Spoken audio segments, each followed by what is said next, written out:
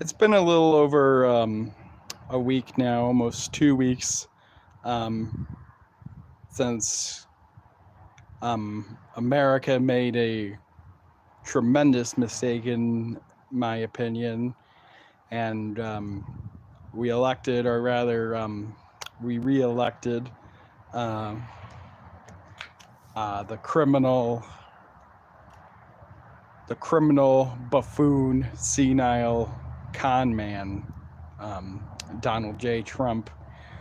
We decided to put that man back for whatever reason. There's all kinds of theories about that.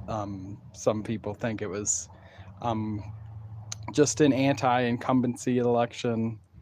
I believe, like, not just the United States, but worldwide. Incumbents ever overall did not do good this year in their respective elections. So, and it might have been just the case, like, no matter what, the Democrats were going to win, and Trump and the Republicans were going to lose, excuse me, and no matter what, Trump and the Republicans were going to win. Other people say, and there is good evidence for that. Like I said, uh, incumbents all around the world have not done good, including the Democrats.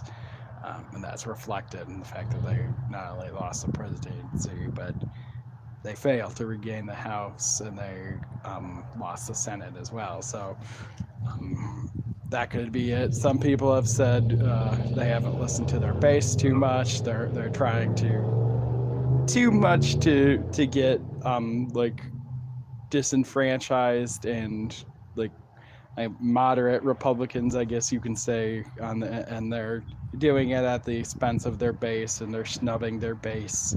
They've gone hard, right, honestly, um, on the issue of immigration. Um, their position on immigration is basically Trump's position in 2016. I mean, they even want to build a freaking wall. So they didn't go. Harris said she wanted a ceasefire, but she didn't um, do it in a way I think that was satisfying for a lot of Arab and Muslim voters. Um, she didn't have a single Palestinian. Uh, not that not that I think it was necessarily her call. It was probably more like Democratic's leadership decision on that. But there wasn't a single Arab underworld. What's your group, Underworld Gamer? Sure, sure. If it's interesting, I'll join it. Um, yeah, the DNC didn't have a single Arab or excuse me, a Palestinian American on stage. Um, so, like, that could have something to do with it. There's even been some talking heads on news and leader and um, from members of the Democratic leadership. I put that in quotation marks because I think the so-called leaders of the Democrats are some of the dumbest people on the face of the earth. But they think they actually have to be, like, more right wing on the border, more right wing when it comes to, like, LGBT issues. They want to throw trans people under the bus, which I think is ridiculous. I mean, again, the Democrats went hard right on a lot of issues, particularly the border, and Kamala didn't mention, like, trans or LGBT issues at all during her campaign. So that's silly.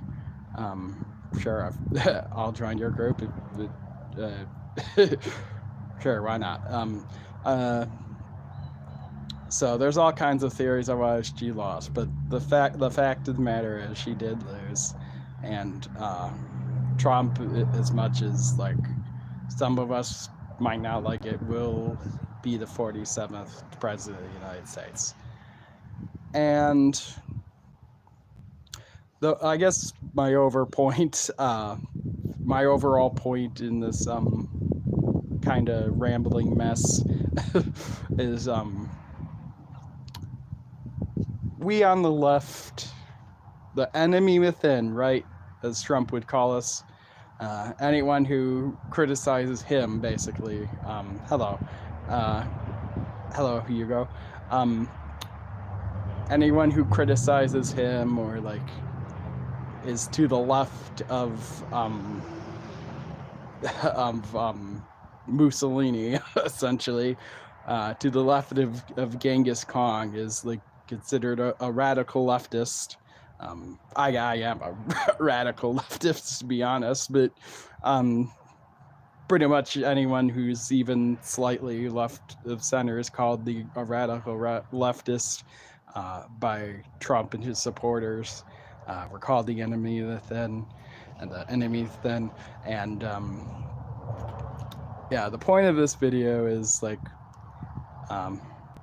we will not stop criticizing Trump, telling the truth about Trump, about how he's a convicted felon, how was found liable of rape,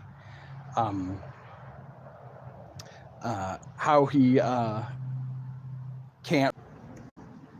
I am back. All right. He can't run a.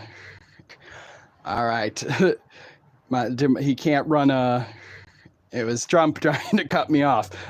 He can't run a charity in New York anymore because he freaking stole from kids with cancer. Not joking about that. Look it up. That he was on Epstein's flight logs. That he has a long history of being friends with Epstein. There's several pictures of them together. There's audio recording that recently came out of Epstein talking about how they were friends for over 10 years.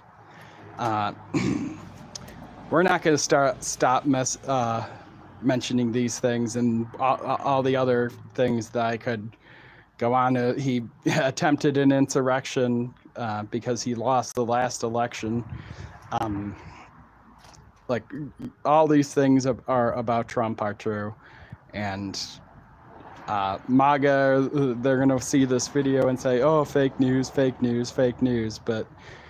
you know, the la la la la la, I can't hear you, you know, but that doesn't make these things any less true. And it's important for us, the people who are the resistance, the people who are fighting back against Trump's deranged, radical rightist rhetoric. Hello.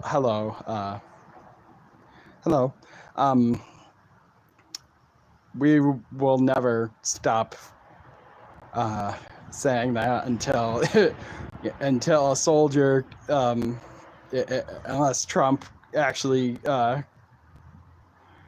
does what he in my opinion, obviously wants to do and becomes a dictator. And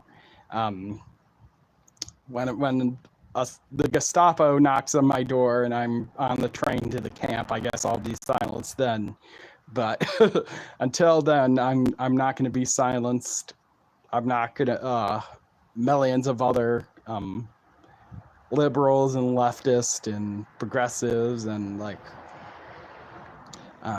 even moderate conservatives who, although they are conservative, they recognize Trump for what he is, the underhanded con man he is.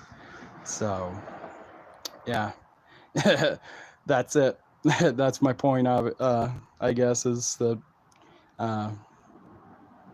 we're going to continue the fight. Trump and MAGA won the battle, but you know what? They didn't win the war. So, to quote Trump himself, actually, we're gonna fight, because there will be people like me who will make videos like this. There will be there already are. There's millions of people who will protest, and yeah, that's all. That's all we're do. That's all we're. That's all I'm gonna say. We're gonna continue the fight, and yeah, that's it. This is Spinosaurus or Spino signing out. Peace.